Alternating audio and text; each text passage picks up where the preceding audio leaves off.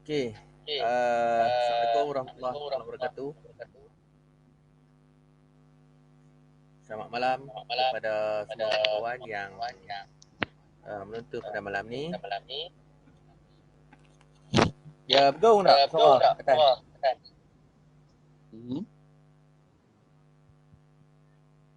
Ada suara bergaung tak?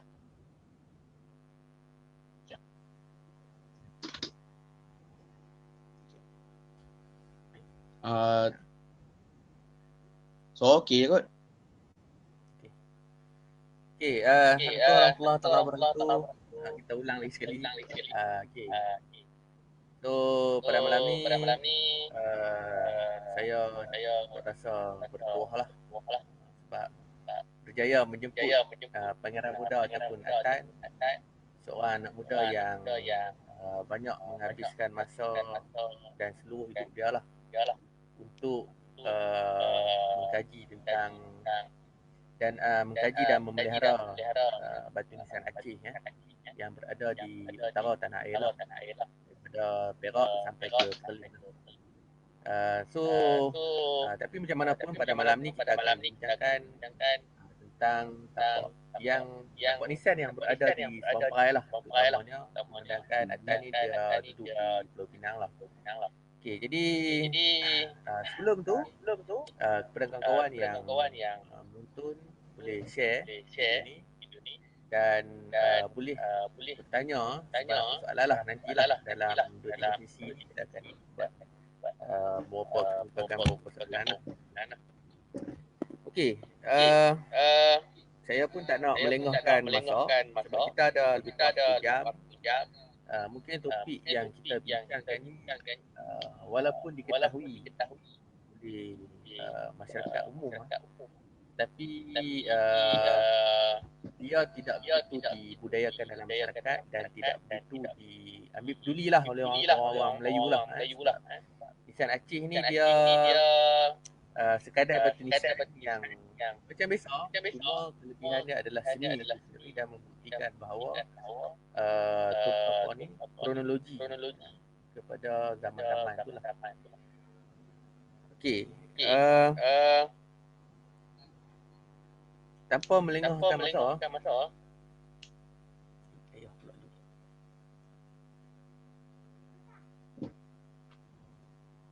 tak ada line tak ada. Itulah bergema. Ada pun bergema. Okey. Jadi soalan tu Atan. Yap. So Atan minta cerita sikit macam mana boleh untuk berminat lah dengan pemeliharaan makam ni lah. Sebab jarang lah orang muda nak pergi pejah benda-benda ni, kecuali apa yang dibuat oleh Mak Pesar, iaitu satu kumpulan di Aceh lah yang mula-mula buat gerakan menjejak batu nisan. Kemudiannya barulah di Malaysia ada pergerakan tu. Tak akan uraikan sebuah sikit. Silakan Atan. Okey, terima kasih. Bismillahirrahmanirrahim. Assalamualaikum warahmatullahi wabarakatuh. Terima kasih juga kepada Tuan Herman Roslan atas yang menjadi moderator pada malam ni. Dan untuk persoalan itu, sebenarnya saya bermula pada awal tingkatan 5, sewaktu ambil sijil pelajaran Malaysia tahun 2012. Ketika tu saya ketika itu saya berada di Georgetown lah, pergi ke Perpustakaan Negeri Pulau Pinang dan singgah solat asar di sebuah masjid lama di sekitar belah bandar Georgetown. Dan salah satu masjid itu tak lain tak bukan adalah Masjid Jamek ataupun Masjid Jamek Lebuh Aceh, iaitu masjid yang paling tertua sekali di Pulau Pinang, berusia hampir dalam 200 tahun. 214 tahun, tak silap saya. Sebab masjid itu dibina pada tahun 1808. Dan selepas solat, saya pun berpusing untuk nak tengok apa dia punya struktur masjid tersebut, dan akhirnya kata terpesona dengan sebuah pemakaman, iaitu makam kerabat diraja Aceh, di mana tersimpannya ataupun bersemadinya dua jasad. Salah satunya adalah Tengku Syekh Hussein Al-Idid. Dia diperkatakan adalah anak kepada Raja Aceh Darussalam. Dan untuk pengetahuan juga kata, bila tengok nisan Aceh ni yang berada di kawasan situ, dia cantik sangat, terpesona sangat, jadi macam jatuh cinta lah kata, maksudnya jatuh cinta pada pertama kata. Dan kalau dari segi kata macam mana kata saya start lebih mendalam lagi tentang apa nisan Aceh ni, kata saya memula pada ketika saya saya belajar tentang time tu saya berada di Perak, sebab saya duduk di Perak hampir dalam 6 tahun. Hampir 6 tahun, dan misi saya yang pertama adalah misi jelajah makam Sultan-Sultan Perak keseluruhannya. Dan alhamdulillah dapat selesaikan dalam masa 3 tahun, iaitu saya bermula pada tahun 2014 waktu saya masuk di UiTM Seri Iskandar Perak, dan saya selesainya pada tahun 2016. Tak silap, makam paling last adalah makam Sultan Salahuddin Riyad Shah. Salahuddin Riyad Shah, iaitu Sultan yang ke-26, Sultan Perak yang ke-26 di Tanjung Penangguh di Bukit Bandar, Perak. Dan itu serba sedikit lah apa macam mana kata saya boleh berminat. Kerana minat saya ni sebab saya nampak benda tu nampak menarik. Dia tak seperti macam kita tengok pada seni ukiran kayu, tapi kita tengok pada seni ukiran batu. Tetapi dia signifikan kepada kematian. Kalau bagi kita orang kata macam tak masuk akal lah kata, bila kata dia sangkut dengan apa batu tanda yang tak sepatutnya, kata yang sebenarnya batu tanda ni, batu tanda kubur ni, dia tak ada signifikan apa pun untuk buat kita yang masa-masa hidup. Tapi sebenarnya signifikan buat saya sebab dia ada kehalusan dan juga kesufian tersendiri. Yang itu yang menyebabkan saya rasa macam terpesona dan jatuh cinta selama sampai ke hari ni lah. Atau benda ianya jadi satu perubahan pada bukan perubahan juga pada tapi macam satu landmark untuk saya tengok dan juga tu saya menyelami. Setakat tu yang yang saya boleh jawab lah. Okey. Saya pun tak tahu macam malam ni dia gemuk pula suara ni. Akan nanti kuat sikit sound tu. Ya, baik-baik.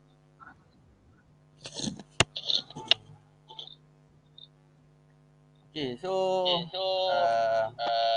kita dah tahu sebenarnya tentang apa yang diberikan tentang macam mana dia berminat dengan pemeliharaan batu nisan ni. Dia sebenarnya usaha-usaha untuk buat pemeliharaan nisan Aceh ni tak ramai usaha yang setakat pengetahuan saya lah.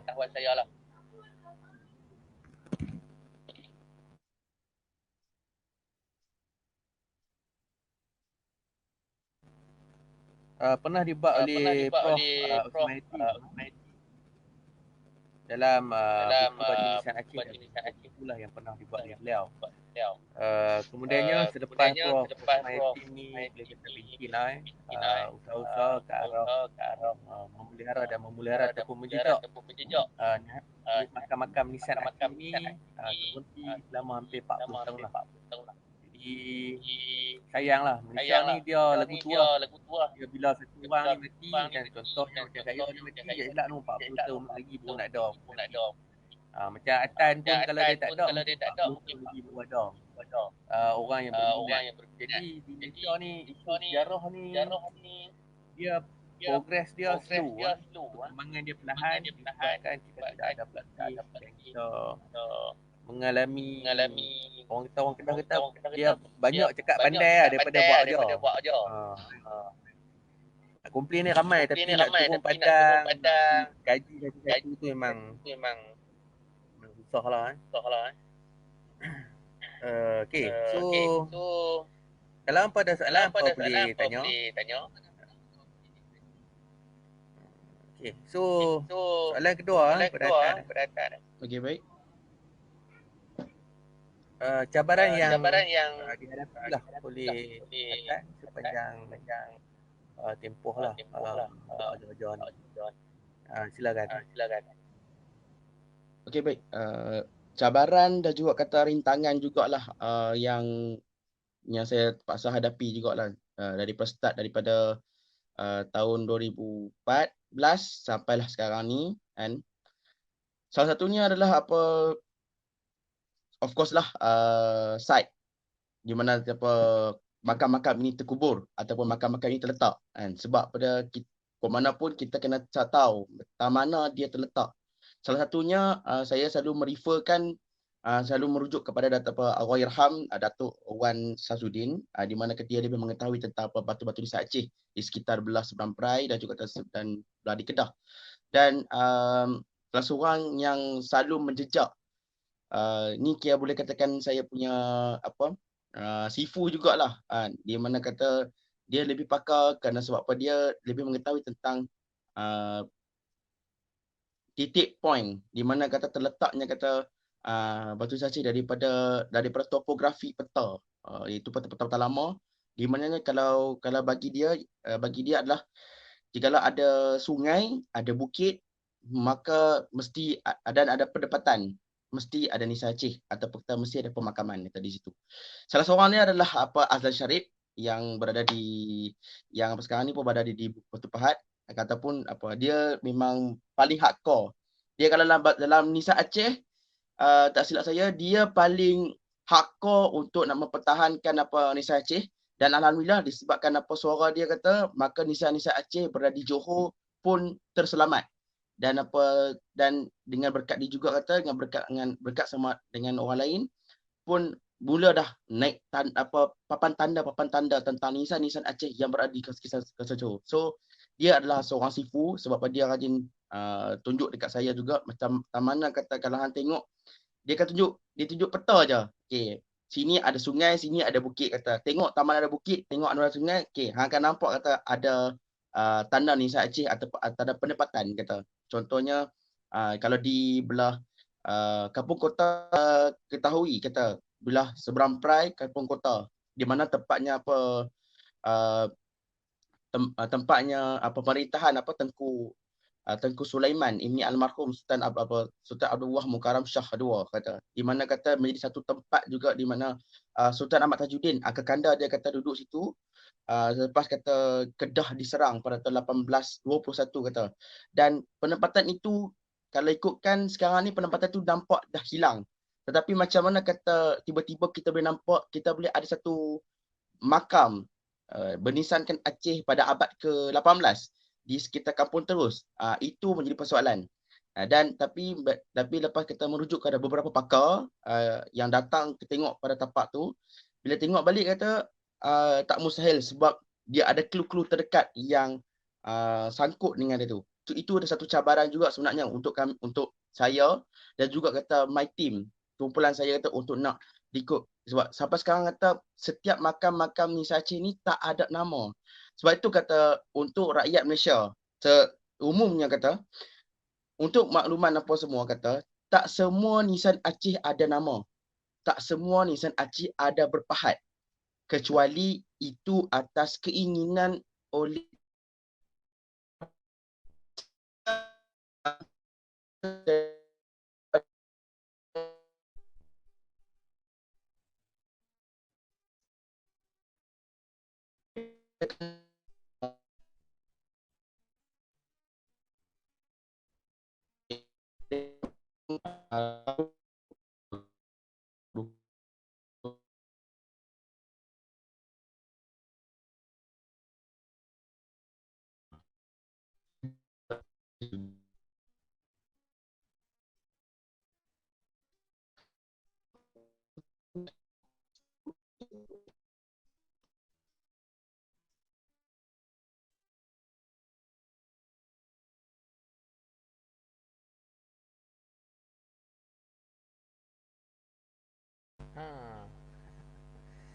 Okey. Nampak gayanya line internet apa ni, Atan terputus ya. Mungkin ni lah ni pun tengah hujan. Mungkin keadaan tak mengizinkan lah. Tapi tak apa, kita akan teruskan dengan sesi kita sementara kita nak tunggu dia kembali semula.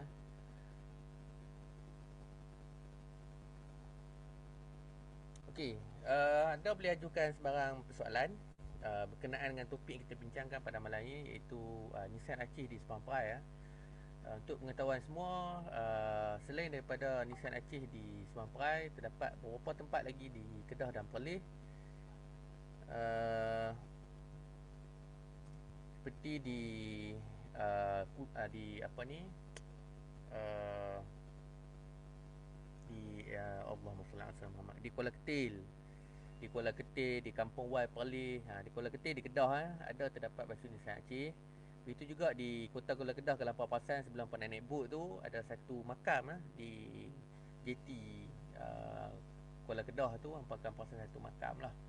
Itu adalah batu Nissan Aceh lah. Jadi pada saya lah, pada kami yang membuat kajian ni, Nissan Aceh ni bukan sekadar satu bentuk Nissan, tetapi ia adalah satu bukti pembudayaan ataupun pengaruh, bukan setakat pengaruh Aceh, tetapi membuktikan bahawa daripada segi sejarah itu adalah bukti-bukti yang boleh menyokong kepada satu-satu peristiwa sejarah lah. Seperti mana yang kita maklum, bagi Kedah, Kedah pernah ditakluk oleh Aceh pada tahun 1621. Malah Aceh muncul sebagai salah satu kerajaan Melayu yang terkuat sekitar tahun 1600, malah menjadi pesaing yang berjaya menguasai Selat Melaka lah. Jadi selain daripada kitab-kitab yang kita tahu seperti apa ni, yang ditulis oleh Nuruddin Ar-Raniri, Samsuddin As-Sumatrani dan sebagainya, Hamzah Fansuri, Aceh juga mempunyai satu lagi bentuk tradisi pembudayaan ataupun bentuk tanda bahawa kewujudan mereka dalam sejarah adalah melalui Nissan Aceh itu sendirilah.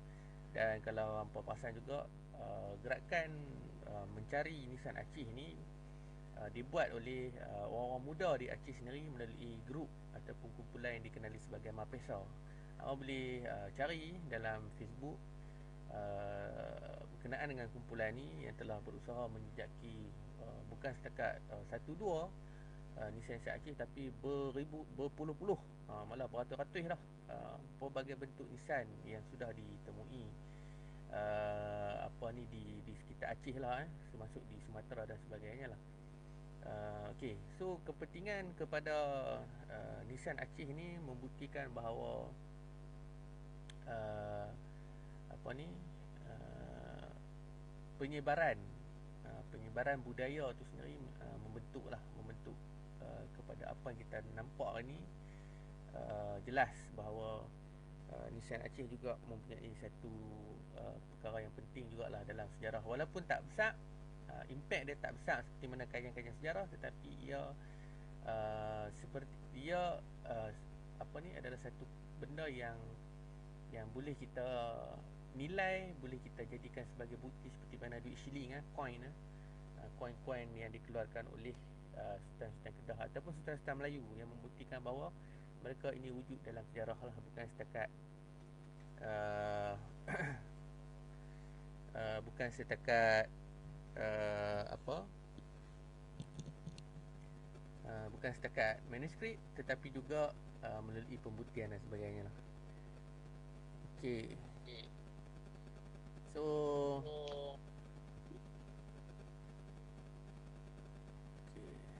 jadi kita kembali bersama dengan saudara Atan. Okey. Tadi line tak ada. Itulah kata. Saya kena control mic. Okey. Okey, so Atan, sambil-sambil lah kita tu sembang-sembang tadi, abang pun duk cerita lah lebih kurang apa ada ciri-ciri ni apa semua lah, kepentingan batu Nissan Aceh dan sebagainya. Jadi Empro Reza ni orang kata top fan juga ni. Okey, so soalan dia apa ciri-ciri Nissan Aceh?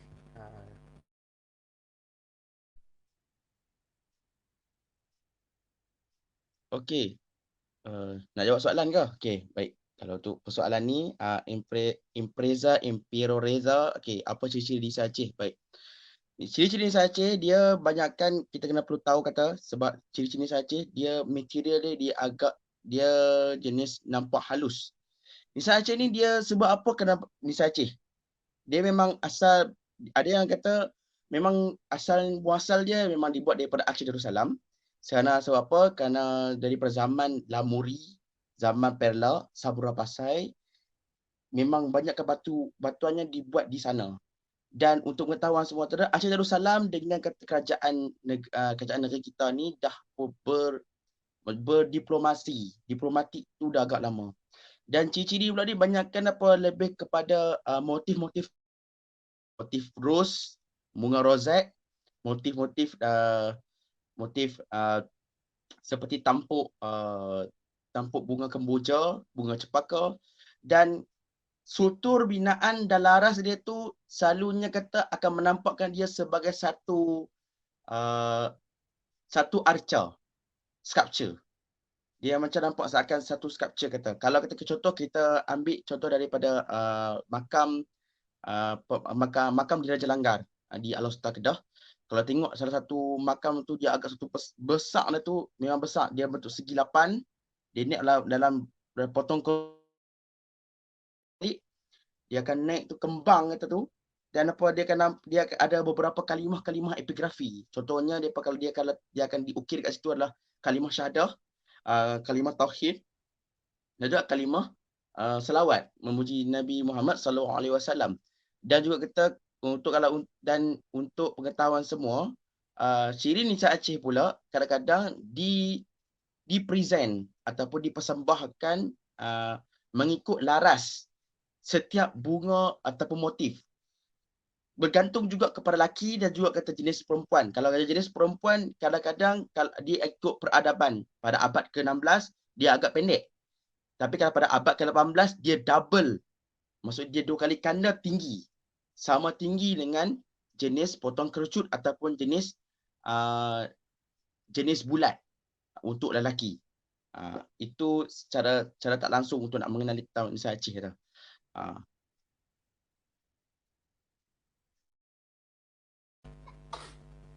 Okey, harap menjawab soalan. Kita tak boleh nak jawab panjang-panjang sebab masa kita terhad. Alhamdulillah malam ni merupakan sesi kedua live bersama dengan beberapa tokoh-tokoh penting dalam sejarah Kedah.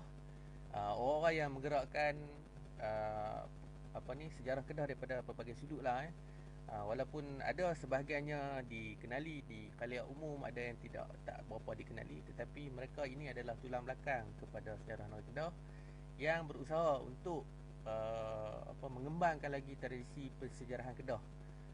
Tujuannya tak bukan adalah untuk memberitahu kepada generasi akan datang, anak-anak kita, bahawa Kedah ada sejarahnya itu sendiri dan Kedah merupakan negeri yang tua yang sepatutnya sejarahnya diangkat dengan lebih baik dan ditempatkan di satu tempat yang pada saya lah sepatutnya melebihi daripada sejarah Melaka itu sendiri. Bukan kita nak melidakkan sejarah Melaka, tetapi sebagai negeri yang tua yang mempunyai tamadun yang begitu besar, sepatutnya Kedah kena ada satu level dia sendirilah, tempat dia yang tersendiri.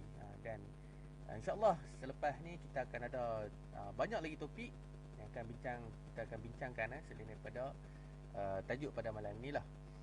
Okey,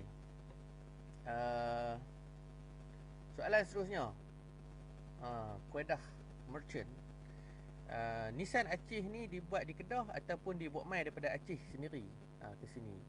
Minta Tan jawab ringkas-ringkas saja. Banyak soalan ni malam ni. Oh, panas tu, famous ni. Okey, silakan. Baik.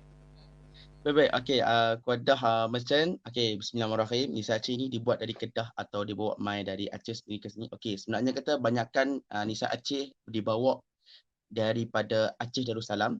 Tetapi pada abad ke-16, abad ke-18, Nissan replika dah. Intipati dia daripada Nissan yang asal. Dibuat di Pulau Pinang dan juga dibuat di Perlis. Salah satunya di Kampung Wai kata. Terima kasih.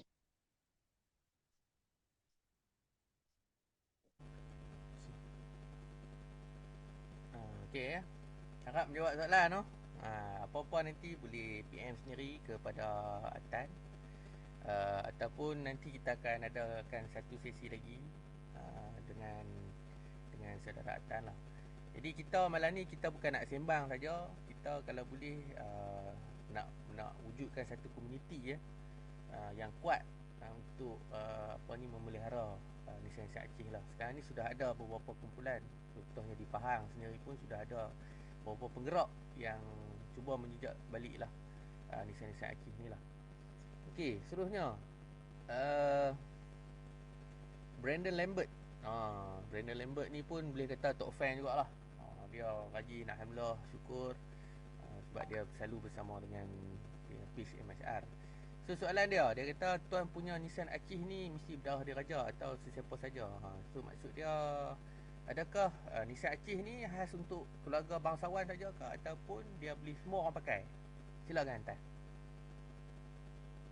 Untuk soalan apa Brandon, okey, bismillahirrahmanirrahim. Untuk soalan Brandon Lambert, atau punya nisan Aceh ni mesti berdarah diraja atau siapa saja rakyat kebanyakannya boleh dipasang. Okey, baik. Untuk soalan tersebut, sebenarnya pada awalnya kata ia dipergunakan untuk kerabat diraja sahaja dan juga kata bangsawan diraja yang ada pengiktirafan daripada sultan ketika itu kata. Tetapi apabila masuk ke abad ke-16 hingga ke abad ke-18, apabila pengiktirafan itu diberi kepada orang-orang bukan berdarah diraja, sepertinya keluarga Wan, keluarga Megat, keluarga Said, maksudnya keluarga tempatan luar kita ni, tapi mereka ada satu penganugerahan. Contohnya kata dia pernah menyumbang bakti dalam satu perang kata, maka sultan menghadiahkan sepasang nisan Aceh itu kepada seseorang tersebut atas nama gelaran tersebut. Contoh macam Tok Janggut, Tok Derga, Tok Derga, Tok Naradiraja, Tok Saban Hijau dan sebagainya kata, atas mengikut gelaran dan juga kata dikenali oleh rakyat tempatan ketika itu. Wallahu a'lam bishawab.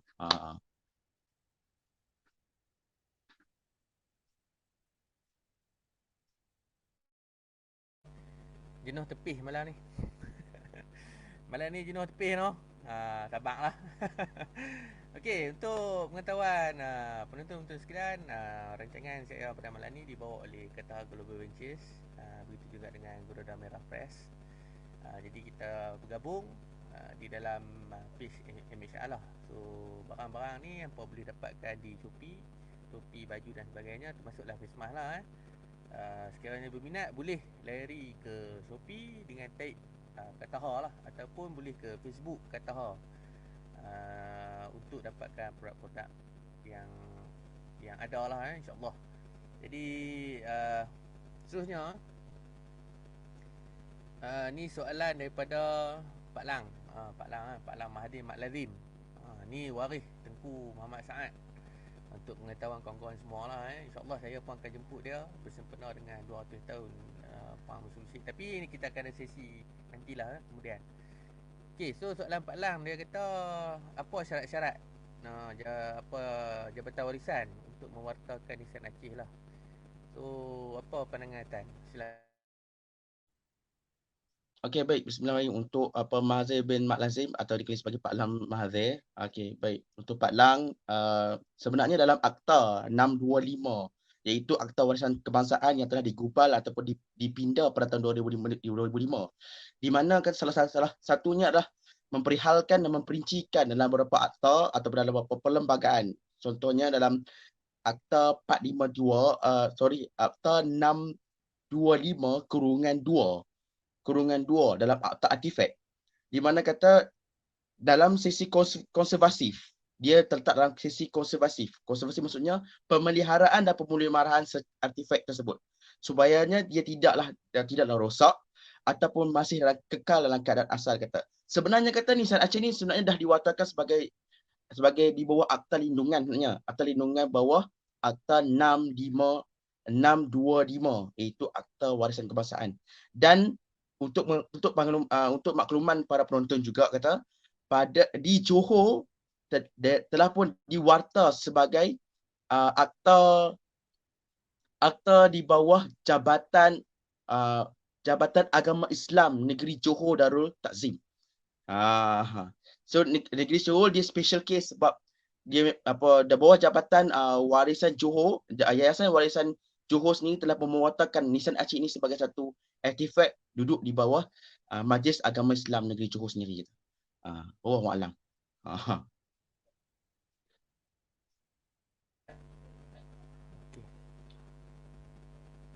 Jadi harap menjawab soalan Pak Lang tu.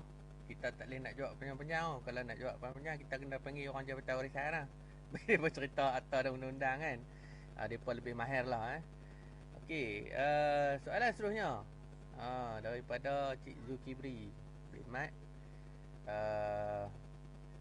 Apa ni dia tanya, soalan dia mudah saja. Berapa banyak nisan Aceh di Kedah saja? Okey, baik. Untuk Tuan Zulkifli bin Mat, Alhamdulillah, terima kasih atas soalan. Okey, tak silap dalam rangkuman daripada Dr. Syamsul Anwar, Lieutenant Dr. Syamsul Anwar yang telah berkongsi data dengan saya, tak silap hampirlah 265 pasang di sekitar seluruh negeri Kedah Darul Aman, termasuk juga tadi sekitar belah Perlis dan juga kata di Pulau Pinang. 265 dan angka itu akan bertambah apabila jumpa lagi, dan malahan baru ini juga di sekitar belah Perlis jumpa lagi juga beberapa lagi nisan tipologi nisan Aceh yang telah pun disodok. Itu agak malang jugalah kata bila kami dengar dah. Wallahualam bisawab. Itu jawapannya dah.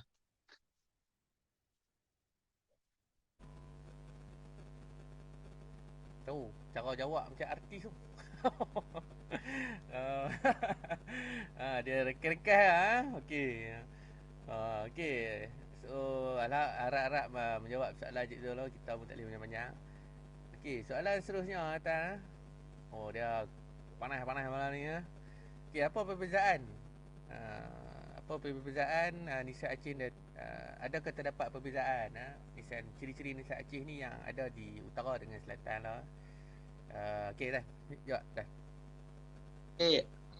Okey, baik. Terima kasih pada Tuan Herman Roslan. Untuk Kasyah Hani, tak tahulah lelaki perempuan malam. Perempuan sebenarnya ke? Okey, terima kasih banyak.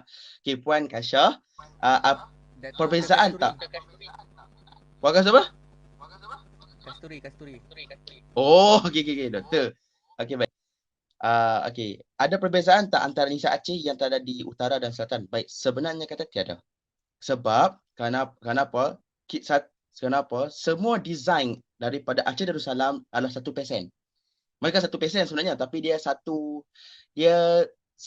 lemak. Satu lemak yang dibuat ikut peradaban. Contohnya abad ke-15 dia ada satu tipologi. Kalau abad ke-16 ada satu tipologi. Kadang-kadang ada abad ke-15 ni dia ada sampai 6 ke 7 tipologi dia yang masing-masing bertaburan bukan sekat di Kedah tapi seluruh semenanjung tanah Malaysia. Sebenarnya tak ada perbezaan, ada persamaan, semuanya sama.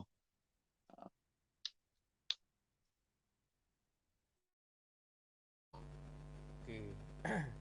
So jadi sambil-sambil lah kita menjawab soalan-soalan yang dikemukakan oleh penonton pada malam ni.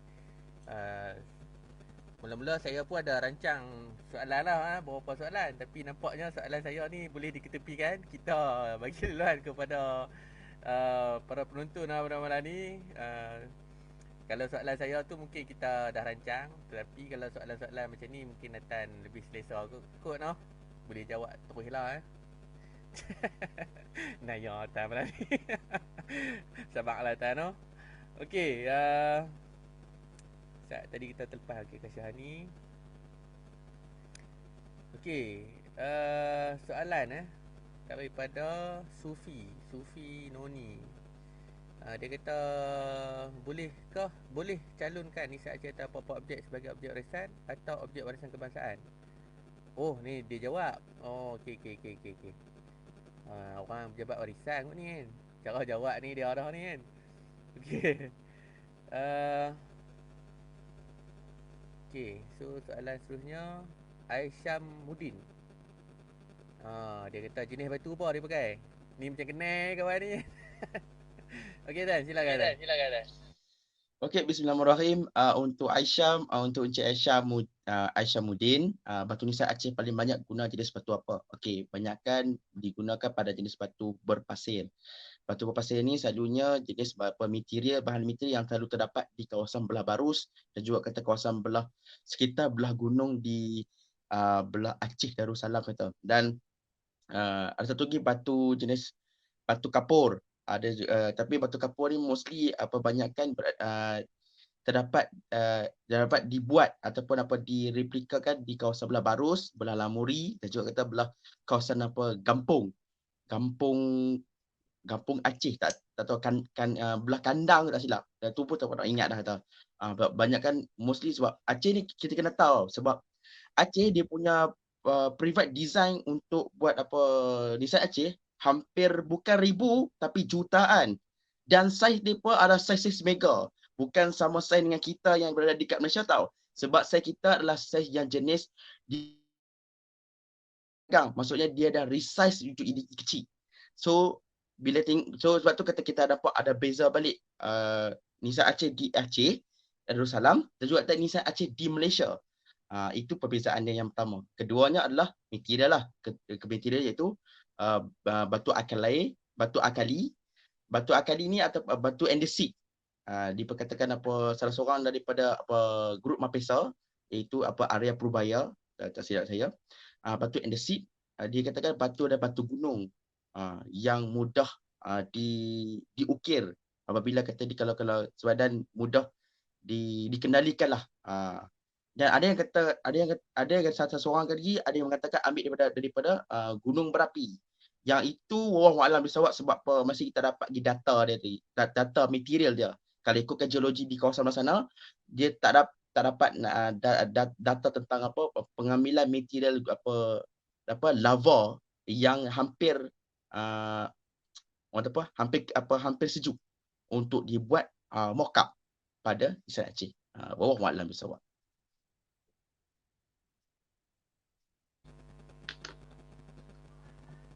Okey. Okey. Terima kasih atas jawapan yang diberikan oleh Tan. Soalan yang jawapan yang ringkas dan pada buah daripada orang yang memang melakukan kerja-kerja ni lah. Okey.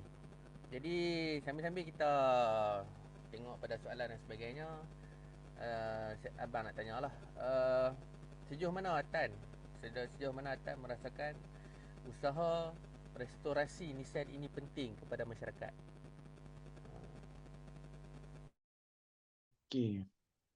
Okey, baik. Terima kasih juga pada Tuan Herman. Okey, sejauh mana saya merasakan kata usaha restorasi nisan ini penting pada masyarakat. Baik. Awalnya kata disebabkan kita hidup dalam masyarakat pelbagai mazhab. Sebab bila kita berbincang pasal ni batu nisan, pasal batu makam atau batu kubur, tanda kubur lah kata kan. Tanda kubur ni dia ada satu sentimen, maka dia akan sangkut dalam bab mazhab, bab agama lah, bab agama, bab mazhab. Salah satu contohnya sebab kita ni kita perlu tahu kata kita ni banyak kan mazhab yang berbeza-beza dan juga kita banyak perfahaman yang berbeza juga. Dan sebenarnya kita untuk dalam cabaran saya ni dalam usaha nak restorasi sebenarnya memang agak penat juga sebenarnya sebab banyakkan masyarakat kita tak tahu dan masyarakat kita selalu sangat sembrono, bertindak dalam keadaan sembrono kata untuk nak memuaskan hati mereka kata. Contoh misalnya kata beberapa tempat di Aceh saya tak dapat nak saya selamatkan disebabkan kata mereka ni meletakkan atas kata mereka ni dah mati ratusan tahun. Mereka ni mati dah ratusan tahun, mereka ni tak ada siapa pun nak main melawat, mereka ni tak ada siapa yang datang nak bersedekah Al-Fatihah, tak ada siapa yang akan cuci kubur mereka. Dan buat apa kita nak jaga benda yang dah tak ada orang nak jaga? Itu persoalan yang boleh kata menikam saya punya hati, menikam saya punya perasaan jugalah sebab dia sakit. Sebab apabila kita walaupun kata dia tak apa, dia duduk berhampir ratusan tahun, tapi kenapa dia diperlakukan sedemikian? Itu persoalan yang agak-agak besar. Bila saya tanya balik pada jemaah surau, pada jemaah masjid, kenapa diperlakukan sedemikian? Kenapa dibiarkan ia di dalam blukak hampir dalam puluhan tahun? Kenapa dia dibiarkan duduk di dalam paya? Ada setengah beberapa nisa Aceh duduk dalam paya, dan akhirnya tenggelam sendiri kata. Dan itu agak-agak, bila kita jumpa, kita tengok dah hampir paras kepala. Kita nak tarik pun dah tak boleh dah kata. Dan ada setengahnya dah hancur. Dan bayangkannya dalam nisan hampir dalam 2 pemeluk besarnya kata tu, hancur. Kena tibai dengan, kalau bahasa Kedah kata kena tibai lah kata. Tapi maksudnya kena hancur dek kena pembangunan kata. So jadi kepentingan kepada masyarakat tu masih lagi tak ada lagi. Sebab benda ni kata dia nampak kata benda nampak secara enteng, nampak secara kata mudah. Sebab kata apa, agama kita tak menekankan kata tempat-tempat perkuburan ini untuk dijadikan satu peringatan. Walaupun kata kita disebut dalam setiap tahlil, setiap tahmid, setiap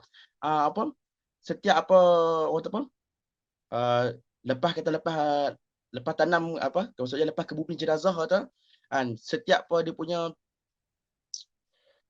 setiap peringatan kematian itu, apabila kita pergi ke tanah perkuburan, setiap peringatan itu kita tak ambil endah.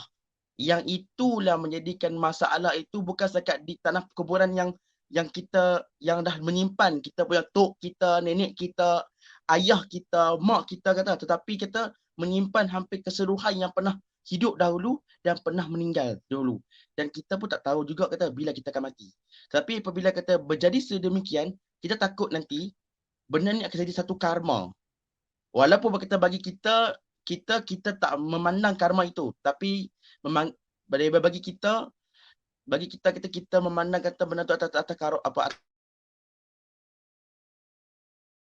kadang-kadang benda tu, what you give you get back. Apa yang anda buat pada leluhur yang terdahulu, maka jikalau anda mati, hampa mati, maka hampa akan diperlakukan sama seperti apa yang anak cucu hampa akan buat di kemudian hari nanti. Dan itu jangan hampa sesali apabila anda dalam kubur nanti. Memang dalam kubur kita tak boleh buat apa-apa. Tetapi macam mana kita nak mengenali mereka, kita nak sedekahkan apa Al-Fatihah, kita nak jaga kata tempat. Sebab apa setiap kubur-kubur Nisa Aceh ni, walaupun dia satu artifact, tetapi kita nak tengok, kita kenalkah kata orang yang di dalam kubur tersebut, jenazah dalam kubur tersebut. Itu jadi permasalahan. Contohnya saya ambil kata, ada beberapa Nisa Aceh kita, ada beberapa kubur-kubur, ada juga makam-makam Nisa Aceh yang menjadi landmark ataupun jadi yang menjadi sebahagian daripada ulama-ulama kita. Salah satunya kata adalah makam Syekh Abdul Jalil Al-Madani Al-Yamani kata, yang ada di Tanjung Pauh dan juga di makam di Raja Langgar Al-Star Kedah. Salah satunya di Tok Pasai di Kuala Kedah. Tinggal sepuntung saja, yang satu puntung lagi tak ada. Sedangkan dalam gambar lama dia kata kubur itu betul-betul berada dalam kawasan belukak pokok bakau. Kalau ikutkan gambar tahun 90-an, memang duduk dalam kawasan pokok bakau. Tapi sekarang tinggal sepuntung saja. Ada lagi makam-makam ulama ni kita. Makam bukan kita nak hancurkan apa makam ni, tak. Kita kena ingat kata ulama-ulama ni ada kata sama sekarang ni sebagai satu apa tau, sebagai satu iktibar buat kita, rupayanya kata kita ni fikir Islam datang ke sini dalam cara apa, Islam datang ke sini dengan penyebaran apa. Dan kita kena baca bukan setakat daripada satu tanda makam tersebut. Kita kena baca atas ibrah apa yang telah pun diberikan oleh orang tersebut. Itu sebenarnya kata key point dia. Iaitu kata kunci utama dia bagi sesiapa saja, jemaah masjid ke, atau tok haji ke, ataupun kata para ulama sekalipun. Sebab pada tengok, bayangkan di Merbuk, di Kampung Langgar, di mana bersemadinya makam Sultan Kedah yang pertama, makam Sultan Kedah yang pertama, iaitu Al-Sultan Al-Muzaffar Shah, Sultan Al-Muzaffar Shah yang telah diislamkan oleh yang telah diislamkan oleh Syekh Abdul Wahab Al-Kumairi Al-Yamani pada tahun 1136 Hijrah kata. 1136 Masihi bersamaan dengan 537 Hijrah. Menampakkan kata Islam itu tersebar menggunakan nisan-nisan ini sebagai satu simbolik kata yang keharmonian itu terdapat keseluruhan. Dan kita kena ingat Aceh membuat nisan ini juga kata dia bukan membuat saja, tidak. Tetapi dia memberikan kita pahala yang berlipat kali ganda. Bayangkan bagi masyarakat Aceh yang membuat nisan tersebut, kenapa mereka meletakkan kalimah-kalimah syahadah? Kenapa mereka meletakkan kalimah-kalimah tauhid? Kenapa mereka meletakkan potongan-potongan ayat-ayat suci Al-Quran kata? Kerana mereka nak aliran pahala itu tetap mengalir walaupun kata mereka ini sudah pun meninggal dunia.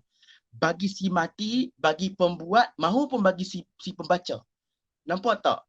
Dia punya kata karamah dan juga kata ibrah kata atas kesufian yang telah diletakkan dalam pembikinan nisan Aceh ini kata. Cukup banyak ibrah dia kata. Banyak dia punya roh, banyak dia punya ganjaran dia kata. Sebab itu kata mereka membuatkan sedemikian rupa kata sehingga kan di Aceh sendiri kata banyakkan kepuk-kepuk makam dan juga kata nisan Aceh dah dipenuhi dengan ayat suci Quran. Contohnya ayat Yasin ayat 1 hingga 83 di Sultan Ali di Aceh, di kandang Aceh. Jadi anak Aceh kata tiga beranak ni maksudnya kata daripada Tok Wan, daripada pak ke anak kata kepuk nisan dia dipahat surah Yasin ayat 1 hingga 83. Bermakna katanya kata ia dipahat adakah untuk si mati? Tidak.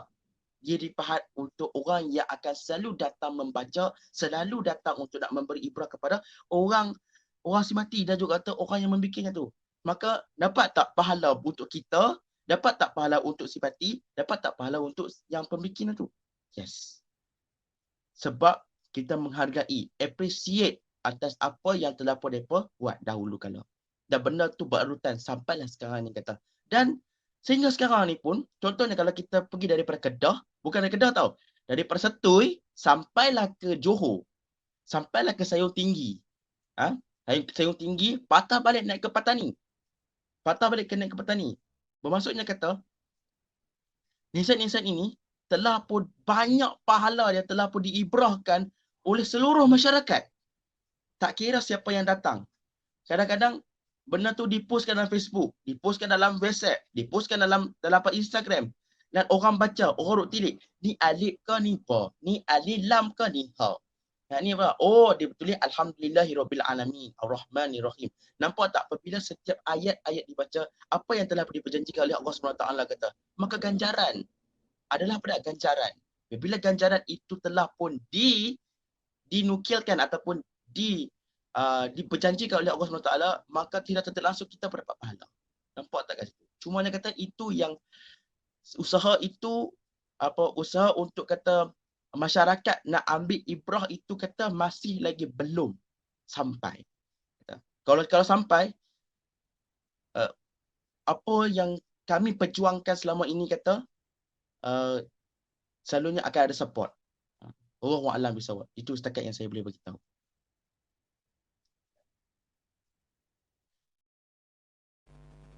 Okey. Jadi kita dah dengar sekali lalu jawapan daripada Tan.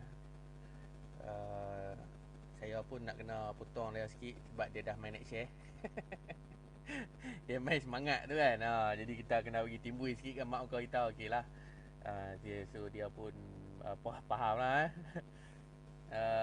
Sebenarnya buat kerja-kerja sejarah ni bukan satu kerja yang senang sama ada menulis, turun ke lapangan dan sebagainya Dia bukan satu perkara mudah. Dan dia bukan sekadar kita baca dan kita hurai tentang apa yang kita baca dan faham, tetapi kita merasai dan menjiwai. Sebab tu kalau hampa tengok orang sejarah ni, dia ada satu perangai dia nak marah tu banyak lebih banyak daripada nak menasihat. Sebab buat kerja seorang-seorang, sedih, menangis, gelak seorang-seorang, gembira seorang-seorang, Jadi kadang-kadang perasaan-perasaan tu tak dapat dikongsikan dengan ramai orang. Jadi sebab tu mostly orang-orang yang duduk dalam bidang sains sosial yang turun ke lapangan dan sebagainya, mereka ni ada dalam hati tu ada taman lah, mudah tersentuh dan sebagainya lah. Bukan ketahatan saja, saya sendiri pun bila orang Kedah kita tekoh-tekoh, kita jumpa satu-satu benda, kita nak share dengan masyarakat kan, kita nak kongsi. Tapi bila kita kongsi, kadang-kadang jumpaan kita tu orang balas, kena plagiat dan sebagainya. Jadi benda-benda macam ni lah yang menghalang usaha-usaha perkembangan sejarah di Malaysia ni berlaku. Okey. Jadi mana tadi dah duduk scroll tadi.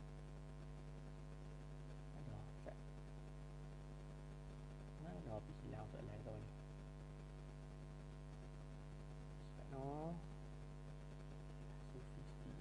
Ni terlepas.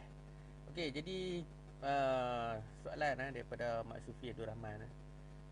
Ada beza tak nisan antara lelaki dan perempuan? Okey, dah. Okey, bismillahirrahmanirrahim. Okey, untuk soalan apa Muhammad daripada Muhammad Sufi Abdul Rahman, apa beza batu nisan Aceh antara lelaki dan perempuan? Baik. Yang ni basic saya bagi. Okey ya. Sebab apa? Tak kira lah nisan Aceh ke, tak Aceh ke, ataupun nisan moden ke, tak moden ke, yang ni sama saja. Baik, nisan Aceh untuk lelaki jenis hektagon, segi 48 dan berbulat. Dia pilar. Dia selalunya pilar. Selalunya pilar. Kalau untuk perempuan, jenisnya dia akan pipih. Dia akan berkepak. Kan? Contohnya, berkepak. Kalau pada abad ke-16, kadang-kadang dia agak meragui. Tapi banyakkan dikatakan perempuan. Contohnya, di Puteri di Bidungan Bulan. Makam Puteri di Bidungan Bulan, dia adalah jenis berkepak. Tapi dia kecil. Dia kecil. Sebab tu dia pada abad ke-15 ke-16. Tapi bila kita main abad ke-18, dia lagi tinggi. Dia lagi nak kepak tinggi. Kepak tanduk. Kepak tanduk kata. Tapi dia pipih. Nah, ini basic tau. Kalau jumpa nisan Aceh, jenis pipih itu perempuan. Kalau jumpa nisan Aceh, jenis bulat dan juga berpetak, itu lelaki. Itu, dan bukan sahaja untuk nisan Aceh, tapi untuk semua nisan-nisan moden pun sama juga. Kalau moden, kalau untuk mak kita, selalunya akan pipih. Dia akan bagi pipih. Dia tak akan bagi bulat. Itu gila jawabnya. Dia akan bagi bulat tu kepada untuk mayat si mati. Mayat si lelaki lah. Ataupun jenazah lelaki. Oh alam bisawab. Itu yang sebenarnya itu yang apa konsep mudah kata yang kita faham.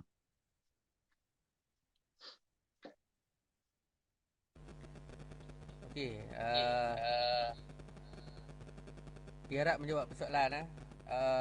Saya suara tak jelas ni, wallahualam lah. Mungkin line saya kot sini hujan ribut.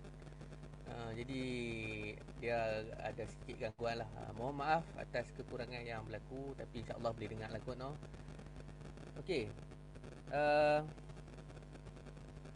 so dengan perkongsian malam ni, saya harap ramailah yang lepas-lepas ni kalau pergi ke makam ataupun pergi ke kawasan kubur, janganlah pergi saja sedekah Fatihah kat mereka yang ada di situ. Macam saya sendiri pun, dulu saya suka pergi saya duduk di Reja di area-area Juhu, Bukit Tengah dan sebagainya. Saya suka pergi melawat kubur-kubur ni, dan saya duduk saja tu, saya sedekah lah Fatihah kepada mereka-mereka yang telah pergi. Dan tanpa disangka-sangka, rupa-rupanya di Bukit Tengah tu, di situlah makam tok moyang saya. Saya pun baru tahu. Kata duk rajin pi sedekah Fatihah, pi duk baca Fatihah, tak ketahuan lah orang kata kan. Tapi bila tanya balik tu apa ni pak-pak menakan yang saya pun tak nak jumpa, orang kata adik-beradik yang telah terpisah. Jadi depa habaq, dia kata tok nek saya, tok Wan, tok nek Kasim ni, dan apa anak bini dia semua duduk di Masjid Bukit Tengah. Dulu saya duduk pi ni, setiap kali Jumaat, setiap apa masa tu kita duduk pi sedekah. Saya tak tahu kata depa ada di situ. Ni kata berkat kita mendoakan orang yang telah pergi tu. Nenek kita sendiri bukan orang lain.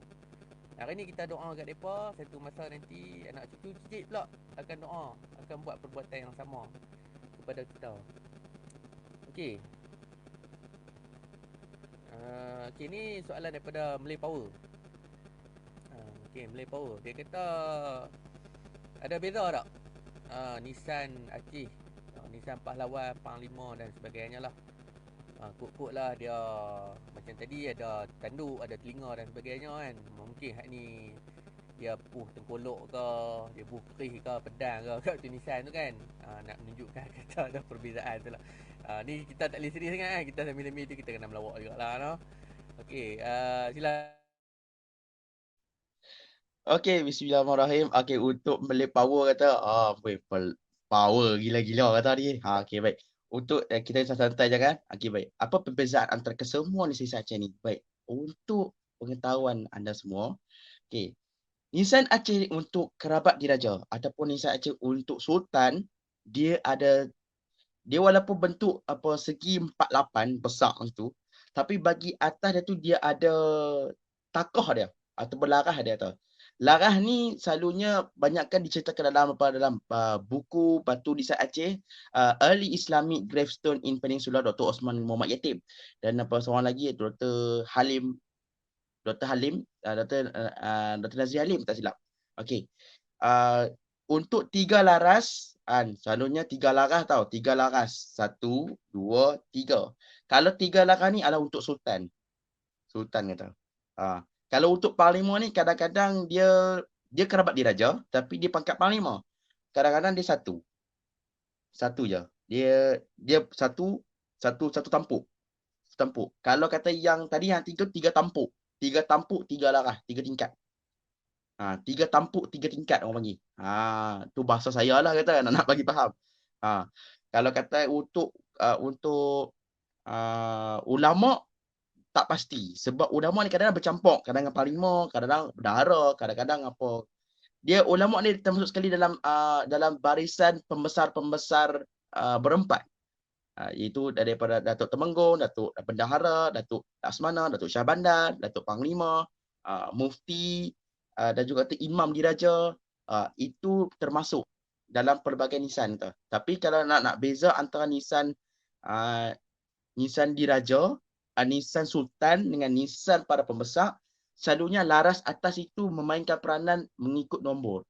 Contohnya kalau nombor 3 paling atas, dia kalau dia ada 3 ke 4, kadang-kadang ada 7 tau. Contohnya makam nisan di Melaka, iaitu Kapitan Syahur, orang malam, saya tak boleh ingat nama dia tu. Tapi itulah salah satu nisan paling tercantik yang masih lagi kukuh berdiri di semenanjung Malaysia kata. Yang kalau kali ikutkan daripada start dia punya badan dia tu kepuk tu, dia naik sampai 7 larah.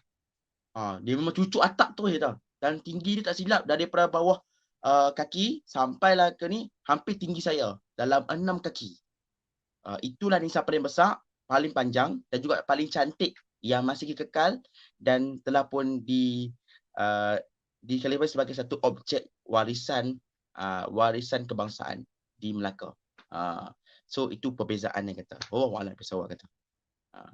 Kembali kepada Cik Herman Roslan.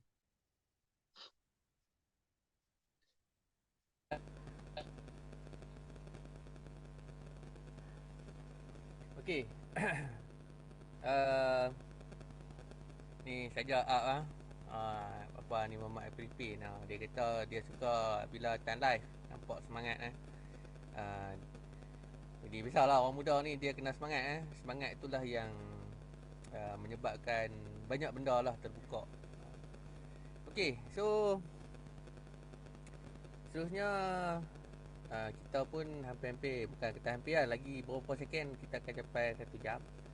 Okey, seterusnya daripada Syahrin Kedah. Dia kata sepanjang duk buat raja-raja ni pernah ada diganggu oleh makhluk gaib.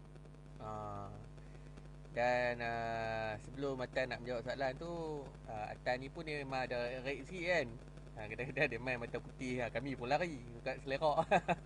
Bila dia main beletak tu lah, hey.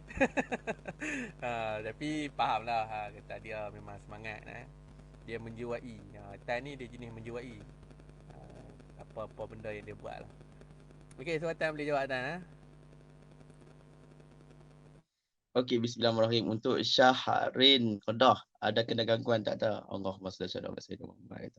Setakat ni bukan nak kembang pungkok ke apa ke, ini sebab atas izin Allah Subhanahu Wa Taala. Dan juga atas kata berkat syafaat daripada Nabi Muhammad sallallahu alaihi wasallam, serta juga pada para ulama, setakat ni kata tiada. Dah buat hampir dalam 2014 saya buat benda ni, sampailah sekarang ni 2021.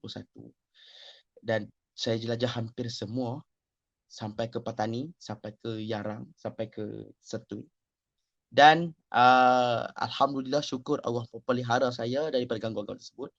Dan juga kata Allah juga pelihara juga, walaupun kata ada satu ketika, sebenarnya ada satu peristiwa sebenarnya kata, dia tak ini pada saya, tetapi dia jadi kepada orang lain, iaitu satu mimpi kepada orang-orang lain. Saya dengan Wan Kuala. Dalam mimpi tersebut kata dikatakan saya dipanggang, bukan dipanggang, tapi saya disalai ataupun kata dipuja oleh puak-puak jin di sekitar belah Citra Kedah, dalam satu kolam. Dan ni adalah yang sahabat dekat saya ni adalah seorang pengamal perubatan juga kata. Sebab dia nampak dia dengan saya paling rapat. Dia paling rapat kata. Dan dia cerita kata saya dah lesu dalam satu kolam ni kata. Rupanya kata apabila saya buka setiap makam-makam ni kata, ada beberapa jin-jin kafir ni, kapiak ni tak puas hati dengan saya. Jadi kata depa dah pun mengganggu juga kata, tapi masalah saya tak tahu. Saya tak rasa apa-apa. Cuma dia kata untuk bagi pengamal perubatan tu dia rasa. Dia dapat mimpi banyak kali kata, dia risau sangat dengan saya. Dia aja telefon saya kata. Tapi bila kata saya dah buat perubatan dengan dia kata, alhamdulillah, itulah kali pertama kes dalam eksplorasi makam saya dapat. Dan bukan daripada saya tau, daripada rakan saya sendiri. Itu pengamal perubatan kata. Itu salah satu cerita lah kata. Apabila kata dan kami pun lepas diberi perubatan dan dikuatkan semangat menjaga amalan apa semua, dan menjaga amalan apa semua kata. Jadi alhamdulillah kata dah tak dapat dah mimpi tersebut. Dia terdapat mimpi saya dengan Wan Kuala Dream. Yang saya kena panggang, kena salai, kena isap darah apa semua kata. Sebab tu kata ada beberapa ketika kata saya kadang slow down apa semua kan. So dia kata ada efek sebenarnya kata apa yang dah berlaku kata. Semuanya hang tak sedar kata benda tu. Tapi dah selesai semua dan sekarang ni pun dah okey dah, alhamdulillah, syukur. Terima kasih kepada Allah SWT dan juga kepada rakan-rakan, sebab kadang-kadang suka menasihati saya juga kata. Dan selalu bagi amalan tertentu untuk pendinding supaya kita nak masuk tempat benda ni kadang-kadang untuk pengetahuan semua, kita masuk kawasan belah tempat-tempat ni, dia tempat dia terpencil dan tempat-tempat ni lama tak dibuka. Bila tak dibuka, tak diteroka, hampir dalam puluhan tahun, maka benda-benda ni akan didiami oleh jin-jin kafir ni ataupun kita jin-jin yang tak baik. Sebab pada Islam tak ada dah. Sebab tak ada orang nak baca Yasin, tak nak pi buat tahlil, tak pi buat sedekah Al-Fatihah kata tak ada. Itu yang masalah tu. Itu adalah beberapa peristiwa dan juga kata kenangan lah dah, pengalaman dah. InsyaAllah. Oh Allah.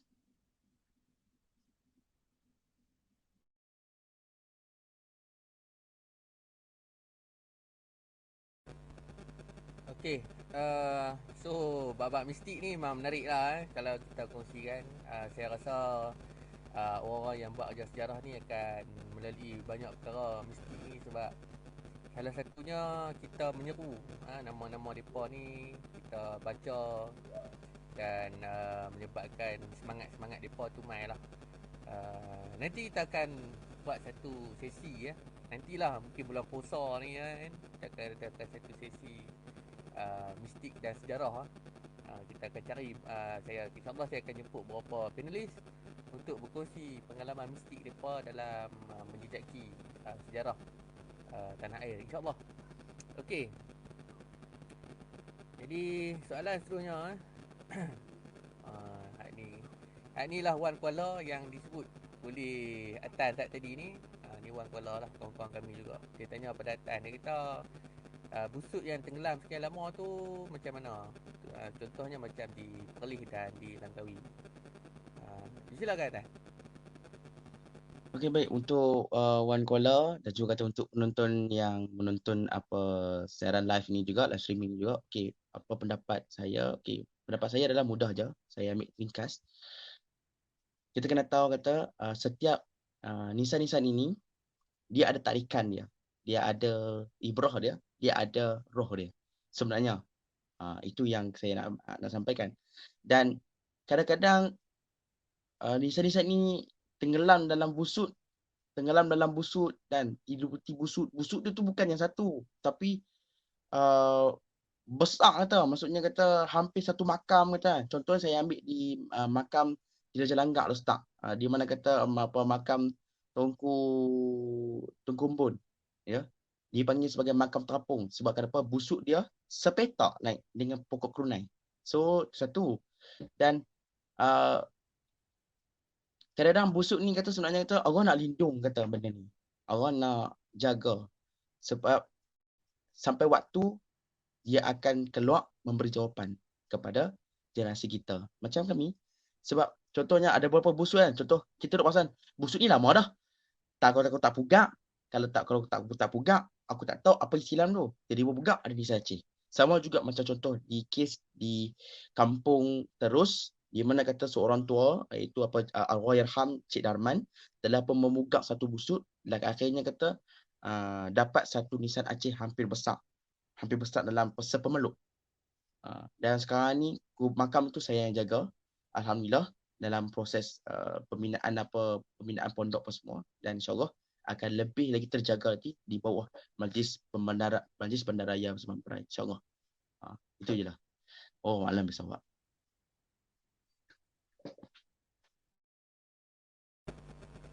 Okay, Waalaikumsalam. Razbon Tony Strout 9. Ni admin page The Meja lah. Dia ni suka share benda-benda mistik. Hampa boleh like page The Meja untuk baca kisah-kisah mistik seluruh dunia. Dia ada ramai penulis yang menyumbang artikel kepada dia lah. Okay. Saya tertarik dengan apa yang dikatakan oleh Syuk Tepi. Dia kata kajian Batu Aceh boleh terima maklumat daripada sumber batin. Seingat saya dulu ada satu Habib lah saya kenal. Dia muda lagi lah. Dia kata kota Palimra ditemui tu disebabkan salah satu dia mereka buat style macam sembahyang hajat lah. Ataupun kalau kita sebut sebagai sumber batin ni, dia ada satu istilah kita sebut sebagai metafizik. Jadi metafizik ni menggunakan sumber batin dan daripada segi pembacaan juga akan melorong kita kepada tempat-tempat itu sendirilah. Malah mungkin penemuan piramid dan sebagainya juga didorong oleh sumber-sumber batin ni lah. Wallah alam bisawab, sebab manusia ni dia pengalaman tak sama. Mungkin sudah ditakdirkan Allah Ta'ala untuk jatuh atas tangan dia yang jumpa benda tu. Jadi kita kena berlapang dada lah dalam isu-isu batin ni. Okey. Okey, seterusnya daripada Wafi. Wafi ya. Wafi daripada Historism. Ni admin page Historism. Apa boleh like juga page Historism ni. Ni kawan-kawan juga, semua ni kawan-kawan ni yang banyak memberi sokongan lah kepada saya selama hari ni lah. Okey, so soalan dia, kenapa makan Sultan Perak tak guna nisan Aceh? Sedangkan kalau kita tahu lah, mungkin ramai tak tahu, tapi sepanjang pembacaan saya, Perak merupakan negeri yang paling lama menerima pengaruh Aceh dan paling lama lah ditakluk oleh Aceh lah. Tapi persoalan yang diajukan oleh Wafi ni, dia kata kenapa Sultan Perak tak pakai nisan Aceh? Okey, Tan, di slide. Okey, baik. Soalan daripada Wafi Ibn Ahmad, Cik Wafi. Okey, kenapa makan Sultan Perak tak guna Aceh? Baik. Sebenarnya macam ni, pada zaman pemerintahan Sultan Idris Muhyiddin Azam Shah, dia telah pun mengeluarkan titah kita ketika itu untuk membuat untuk baik pulih setiap makam moyang dia daripada yang pertama hinggalah yang terkini, kan, hinggalah yang sampai ke Bukit Candan atau ke Sayung Tinggi, kan, kecuali makam Tok Tebung saja tak ditukar. Sebab makam Tok Tebung dikatakan makam keramat dan juga makam di mana tergeliga embun tu diberikan. Dan makam moyang dia ni makam Sultan Perak di sekeliling belah mudik belah kanan asalnya kot kanan Sungai Perak, banyakkan sebenarnya kita hampir musnah dalam beberapa catatan dan juga kajian daripada Cik Muhammad Syukur, iaitu kajian daripada Istana Iskandariah yang telah pun diberikan oleh Cik Munzir, Cik Munzir juga kata Tok Muda sendiri pun dah pernah cerita benda ni kat saya, dan dikatakan kita tu dikeluarkan nak menyelamatkan setiap makam-makam di tepi tebing Sungai Perak supaya kita makam-makam ni kekal. Ada beberapa makam hampir dah masuk dalam Sungai Perak. Contohnya makam Alauddin Riayat Shah, itu makam Sultan Perak yang ke-19 di belah Teluk Memali. Memang dah masuk dalam sungai dah. Tapi memang suku dah masuk ke sungai, tapi sempat dianjak naik ke atas. Sama juga makam Sultan Shahabuddin Riayat Shah, Sultan Perak yang ke-26 di Tanjung Penangguh di Bukit Bandar. Sama juga tadi Sultan Malik Mansur Shah, Sultan yang dikatakan Sultan yang ke-25 atau ke-24 pada dia hidup pada zaman Perang Musuh Bisik, pun juga tadi dialihkan daripada tepi-tepi Sungai Perak, dianjak dalam 200. Sebenarnya mereka ini bernisankan Aceh sebenarnya. Semua Sultan Perak semua nisankan Aceh. Cumanya kata apabila zaman berganti zaman, sultan pun dah berganti sultan, sampai ke Sultan Idris Muhyiddin Azam Shah lah barulah mengetahuinya kata nisan-nisan ini macam mana kondisinya kata. Cuma ada 3 nisan Aceh yang berukiran cantik. Salah satunya Sultan Tajul Arifin, Sultan Perak yang keempat di Pulau Semenung, Mungkin Manung. Sultan Salihuddin, Sultan Mansur Shah kedua di Kampung Pulau Juak, Bangkasan ke Kampung Gajah. Satu lagi di Sultan Muzaffar Shah 3 pun cantik juga tu. Tetapi akhirnya selepas penukaran nisan-nisan tersebut kepada nisan granite yang telah pun diselaraskan semua sekali dan dinaik taraf kali kepuk makam dia hampir dalam separuh pinggang, atas daripada pinggang, semua makam, semua makam, dan kami tak tahu, menjadi misterinya sampai sekarang ni, ke manakah nisan-nisan Aceh yang telah dicabut dan disimpan di mana, wallahu alam. Ada yang mengatakan daripada Istana Iskandariah, pegawai istana daripada Istana Iskandariah, dikatakan nisan-nisan tersebut ditanam dalam makam yang sama. Ada yang setengahnya kata dicabut duduk dalam istana, ada yang kata ditanam dalam makam. Wallahu alam bisawab. Setakat itu maklumat yang saya dapat.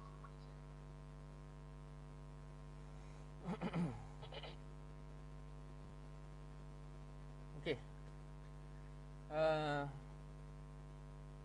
Ni banyak soalan orang atas tu. Bertabahlah. Dia ramai peminat atas ni kan. Okey, alhamdulillah.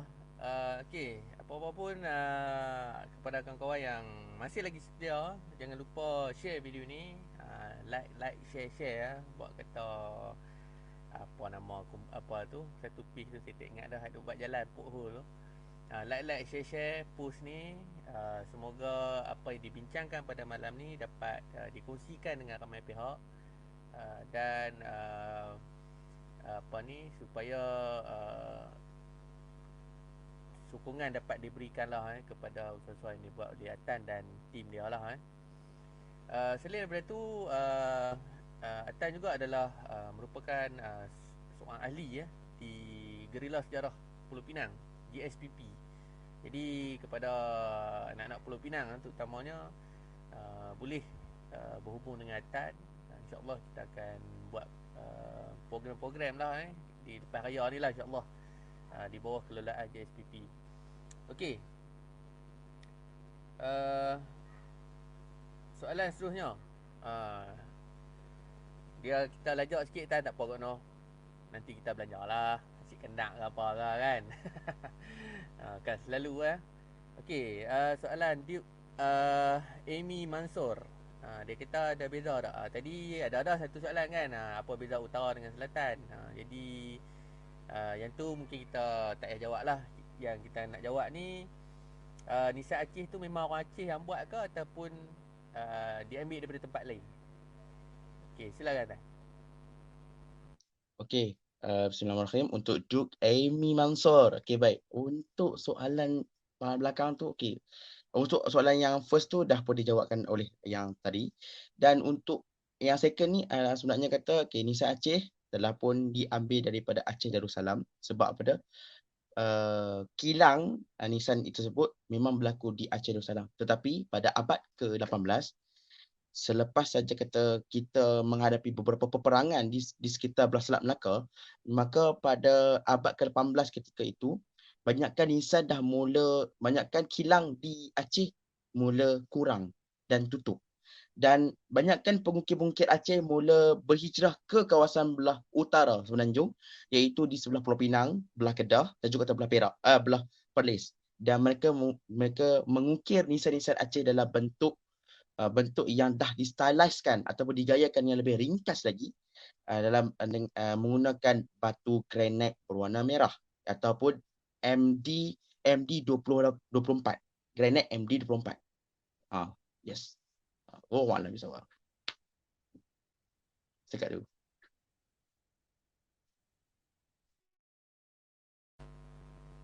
Okey, saya akan pilih satu soalan lagi lah, soalan terakhir lah.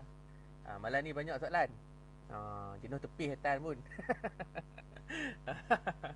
uh, Okey, insyaAllah kita akan adakan seri 2.0 juga. InsyaAllah kita akan adakan doa-doa lah. Apa ni, supaya benda ni dapat berlangsung lah. Lupa dah. Okey.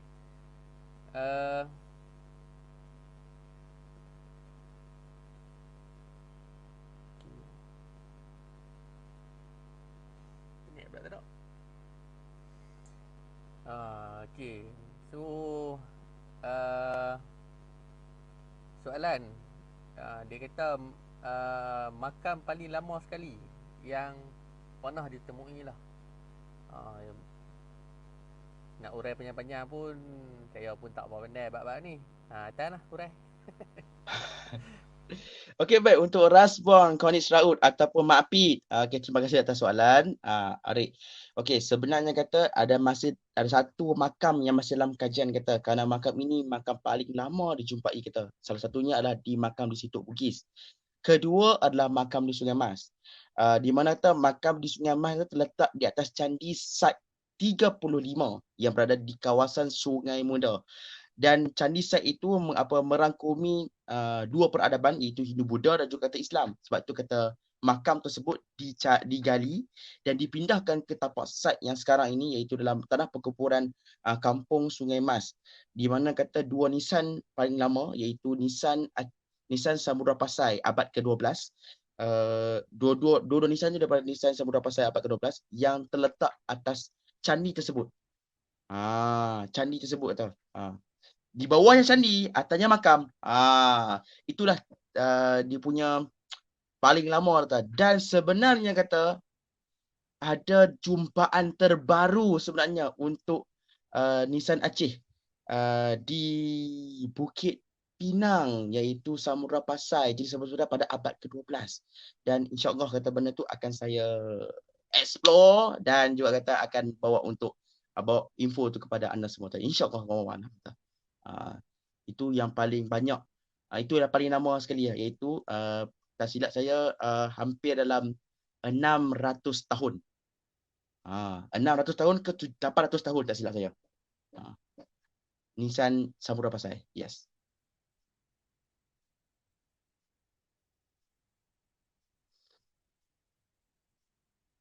Baik, saya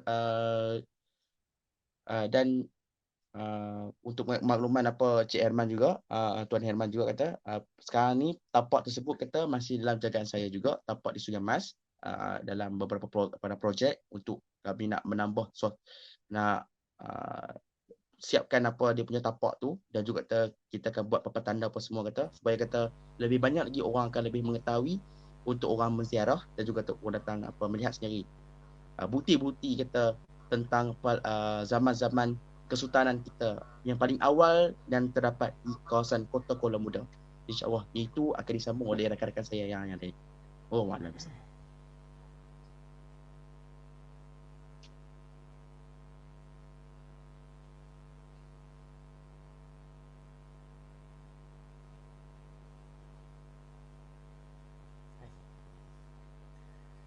Okey. Nampaknya kita sudah menghampiri kita sudah menghampiri apa kan, dah terlebih dah pun kan.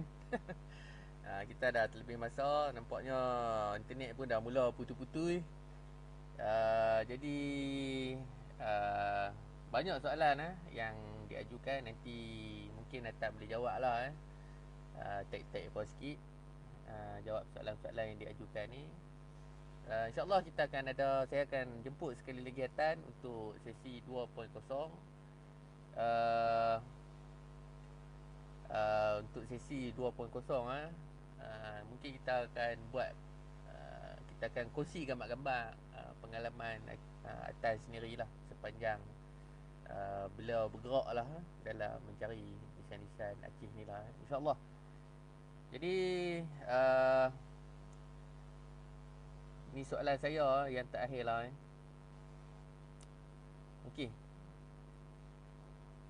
internet pun putih-putih ni kan, tak payah lah.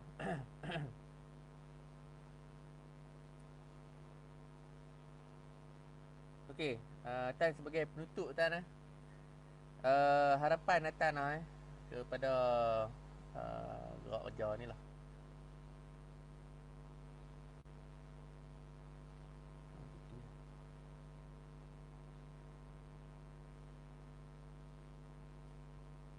Okey, baik. Soalan terakhir ini saya tak panjangkan jugalah sebab kita tahu apa yang telah pun saya ceritakan tadi dan apa yang anda nampak, apa yang telah pun kami buat. Kami pernah up dekat Facebook, kami pernah minta kata anda untuk anda semua kata, hampa semua kata untuk apa sokong kami.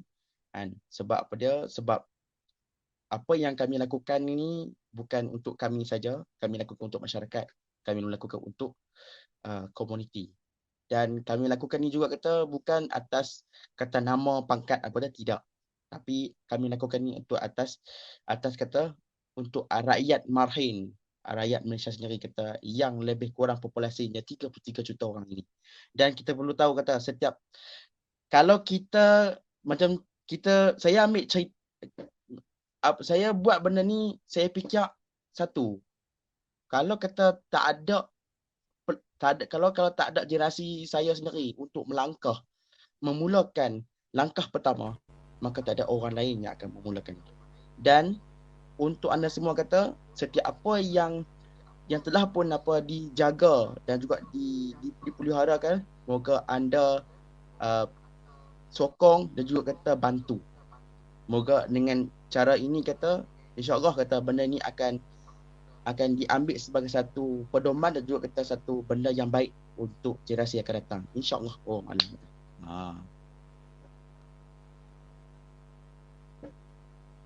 Dan kalau untuk hasil kerja kami, dan saya minta untuk semua, bukan sahaja untuk saya, sebab di belakang saya ini juga adalah para pengkaji yang masih lagi bertukulumus membuat kajian dari segi arkeologi, dari segi geologi, dari segi jurnal, dari segi manuskrip dan sebagainya kata.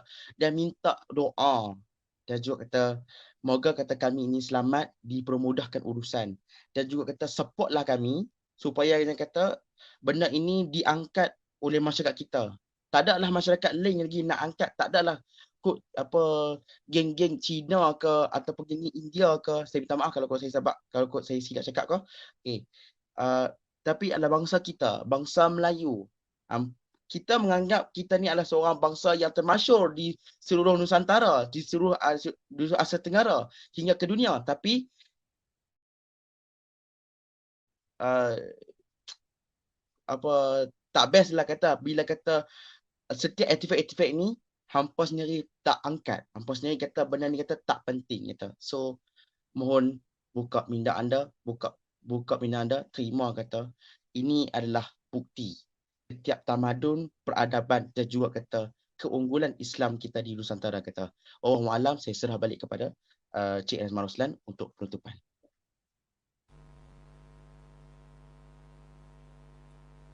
Okey, alhamdulillah. Dengan ini tamatlah apa ni bicara eksklusif kita berkenaan dengan bertajuk Nisan Aceh di Subang Perai. Satu topik yang saya kira panas dan menarik ramai apa ni penonton untuk tanyakan soalan. InsyaAllah kita akan adakan sesi seluruhnya 2.0 mungkin bulan puasa lepas kat puasa dah bersandang elok kita buat lah. InsyaAllah lepas main solat tarawih dan sebagainya. Okey, saya ucapkan terima kasih kepada saudara Pangeran Muda Al-Furqan Elias Atan kerana sudi bersama dengan saya di Fish MHR pada malam ni. Saya ucapkan juga terima kasih kepada semua penonton-penonton yang setia daripada jam yang pertama sampai sekarang lah, lebih kurang sejam setengah dah kita apa ni bersiaran. Jangan lupa untuk like dan share post ni. Jangan lupa juga like Fish MHR dan page-page yang saya nyatakan tadi like jugalah, bukan orang lain pun, ada kawan-kawan kita juga, bangsa kita juga pakat-pakat support lah Dan untuk kawan-kawan yang berminat untuk dapatkan produk Al-Mu'takam, boleh melayari Shopee. Dan insyaAllah dalam masa terdekat ni kita orang kata apa, penaja akan keluarkan satu lagi produk baru, iaitu baju jenis polo, Royal Qatar Polo Club. Kita nak lawan polo orang putih pula. So bolehlah layari di Shopee. Dan boleh juga dapatkan buku-buku saya di Shopee lah. Saya serahkan kat mereka lah untuk buat jualan dan sebagainya lah. Okey, jadi sekian saja daripada saya. Qulu qawli hadha wa astaghfirullahal azim. Assalamualaikum warahmatullahi taala wabarakatuh. Dalam masa 2 hari lagi insya-Allah, mungkin pada hari Sabtu ataupun hari Ahad lah, hampa tunggu poster, kita akan bersama dengan Alung, iaitu orang kata apa, Alung daripada Gerila Sejarah Kuala Muda, yang akan membincangkan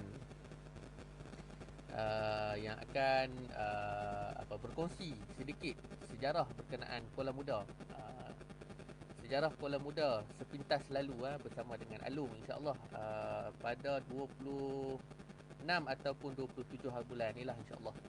Okey, jadi sekian daripada saya. Terima kasih banyak-banyak. Sampai jumpa lagi. Assalamualaikum warahmatullahi taala wabarakatuh.